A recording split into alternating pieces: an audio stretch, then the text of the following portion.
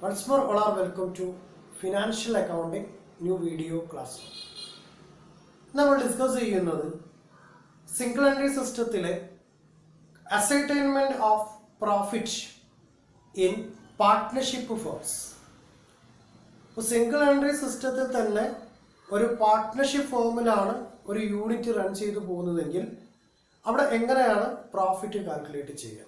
സാധാരണ single entry സിസ്റ്റത്തിലെ statement of profit and loss അക്കൗണ്ടും പാർട്ട്ണർഷിപ്പ് ഫോം അണ്ടർ സിംഗിൾ എൻട്രി സിസ്റ്റത്തിൽ പ്രോഫിറ്റ് ആൻഡ് ലോസ് അക്കൗണ്ട് എങ്ങനെയാണ് വർക്കൗട്ട് ചെയ്യുക എന്നുള്ളതാണ് ചെക്ക് ചെയ്യേണ്ടത്. ഓക്കെ, ഇവിടെയുള്ള ഒരു മെയിൻ റീസൺ എന്ന് പറയുന്നത് അല്ലെങ്കിൽ മെയിൻ ഫാക്ട് എന്ന് പറയുന്നത് ഇവിടെ ഉണ്ടാകുന്ന പ്രോഫിറ്റ് എത്ര മെമ്പേഴ്സ് ഇതിനകത്തുണ്ടോ അല്ലെങ്കിൽ പാർട്ട്നേഴ്സ് ഇതിനകത്തുണ്ടോ അവർക്കൊക്കെ അഗ്രീഡ് റേഷ്യോയിൽ അത് ഡിവൈഡ് ചെയ്ത് കൊടുക്കേണ്ടി വരും. അപ്പോൾ അവർ ക്യാപിറ്റൽ കൊണ്ടുവന്നതിൻ്റെ പോർഷന് അതല്ലെങ്കിൽ അവർ അഗ്രിമെന്റ് പാർട്ട്ണർഷിപ്പ് ഡീഡ് ഉണ്ടാക്കിയ സമയത്ത് അഗ്രി ചെയ്തിട്ടുള്ള കരാർ പ്രകാരം അവർക്ക് എന്ത് ചെയ്യേണ്ടി വരും? പ്രോഫിറ്റ് കൊടുക്കേണ്ടതായിട്ട് വരും. അപ്പം നമ്മൾ എങ്ങനെയാണ് ഒരു പാർട്ട്ണർഷിപ്പ് ഫോം ആണെങ്കിൽ സ്റ്റേറ്റ്മെന്റ് ഓഫ് അഫയേഴ്സ് മെത്തേഡ് പ്രകാരം profit and loss account prepare ചെയ്യുക എന്നുള്ളത് നോക്കാം. Okay, then proforma statement of profit and loss.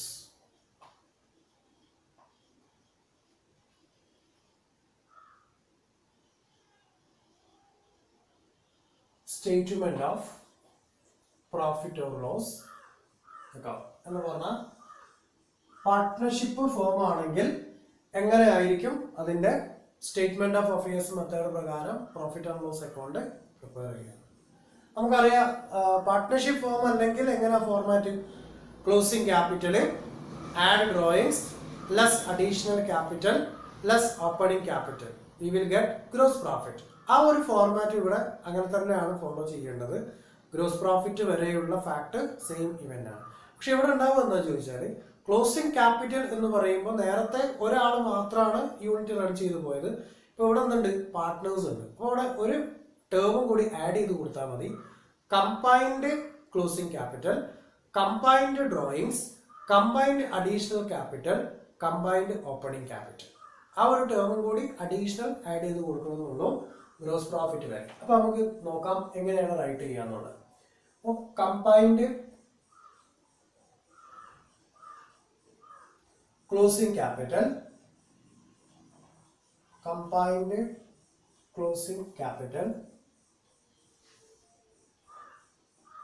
combined closing capital, then add combined drawings,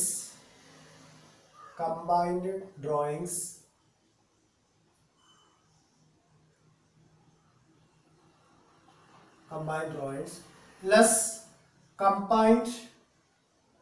combined additional capital, less combined additional capital,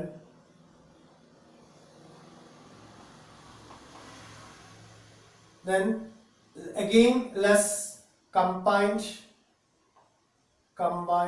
opening capital,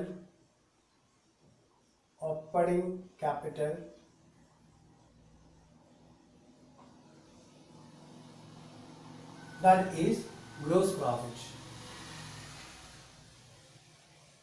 അപ്പോൾ നേരത്തെ workout ചെയ്തതിൽ നിന്നും different ആയിട്ടുള്ള ഒരു fact എന്ന് പറയുന്നത് എന്ത് മാത്രമേ ഉള്ളൂ?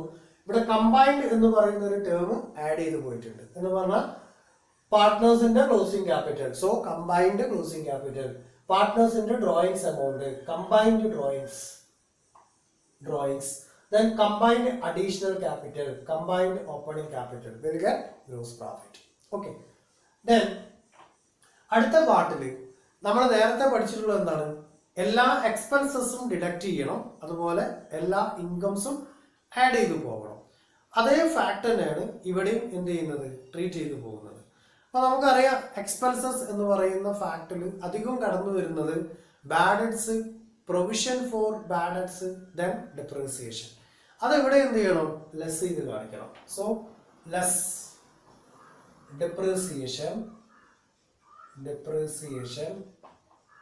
then provision for bad debts, then bad debts written off, bad debts written off,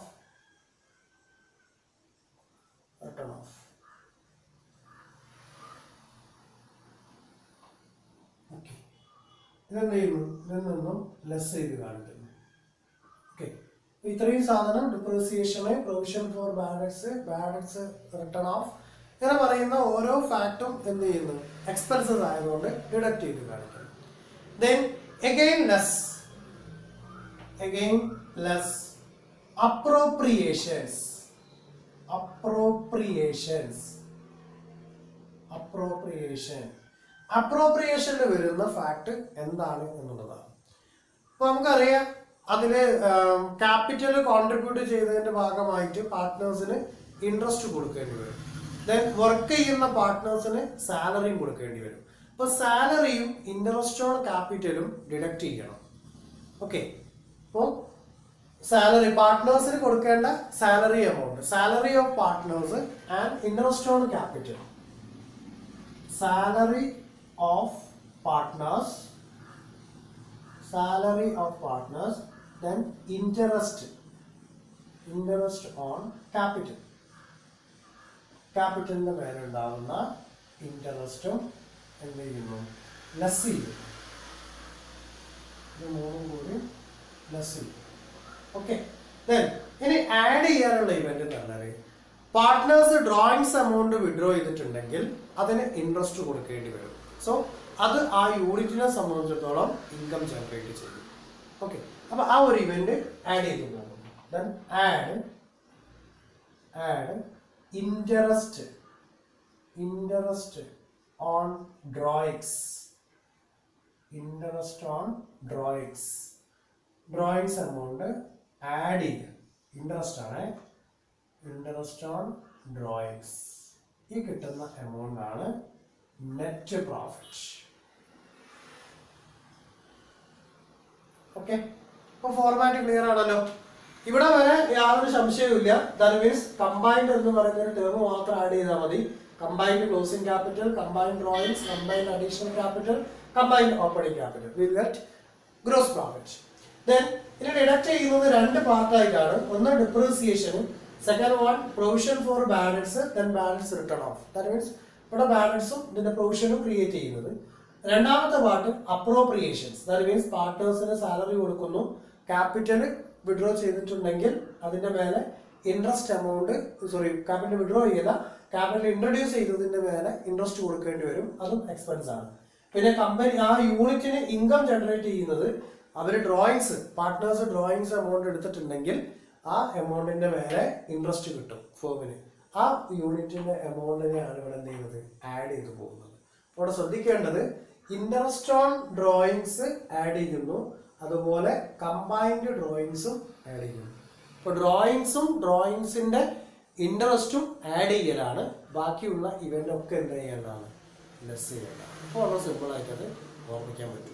ഡ്രോയിങ്സിന്റെ fact മാത്രമേ ആഡ് ചെയ്യാവുള്ളൂ. അപ്പോൾ ഡ്രോയിങ്സ് എമൗണ്ടും ആഡ് ചെയ്യണം, ഇൻട്രസ്റ്റ് ഓൺ ഡ്രോയിങ്സും ആഡ് ചെയ്ത് പോകണം. ഓക്കെ, അപ്പോൾ ഇതാണ് ഫോർമാറ്റ്.